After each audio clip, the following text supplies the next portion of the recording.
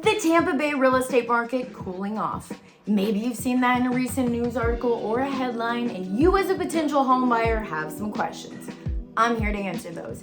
I'm Micah Rotunda, real estate expert with Heart of Florida Realty and your liaison to everything Tampa Bay. Some of those questions you might have are, what is a cooling market? Does it apply to Tampa Bay? And how does it positively or negatively impact me as a potential home buyer? Over the course of the last 2 years, we've seen from a societal standpoint, almost every aspect of life shift. You can go back and look at charts and you'll see a correlation between inflation and interest rates.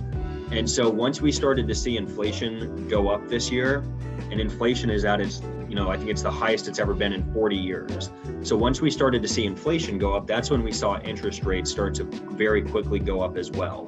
COVID-19, inflation, supply and demand imbalances, housing shortages, and a general economic change. Now, rolling into the fall months of 2022, there's a lot of talk about a cooling market as a result of rising interest rates. It's a really good time to buy a house because for the last 2 years, we had so many people that were pre-approved trying to make offers, and unfortunately, there was 20 or 25 other people making offers on the same home because there's just not enough inventory. Here is where the cooling aspect comes in. So as those interest rates have gone up, the buyer activity went down significantly, making it a much more balanced and cooled market, giving buyers a little more of an opportunity to get their financed offers in, or inspection windows, due diligence, and decision making. Also, seller concessions. There's the potential of those again. 2019 and before, we were doing things like the seller would cover some of your closing costs. And that for a lot of home buyers meant the difference of being able to buy a home or not.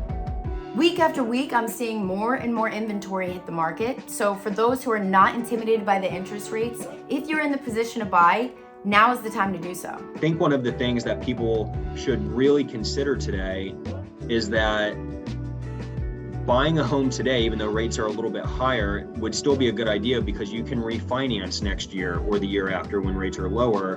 But if you wait to buy a home next year or the year after and then home prices are higher, that lower interest rate might not actually save you any money. Some experts are saying that we should expect to see a decrease in interest rates in the coming months.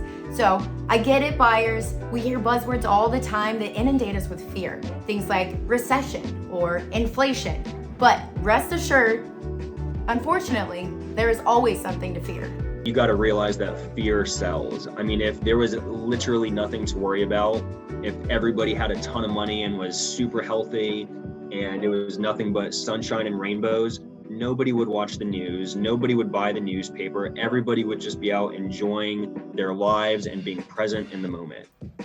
Another aspect that Doug mentioned that was completely rational was the fear that the housing market would crash like it did in 2007. We just had a housing crash 14 years ago, and I think a lot of people are just expecting that to happen again. Everything today is different than it was back then.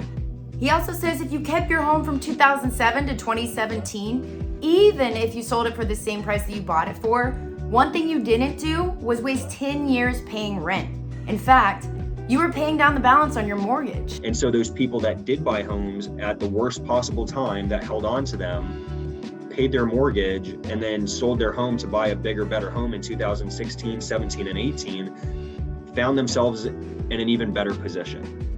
And so God forbid there actually is a housing crash around the corner. As long as you plan on holding onto your house for a reasonable amount of time, I don't see how you're going to go wrong. Is now the time to buy a house to flip 2 months later?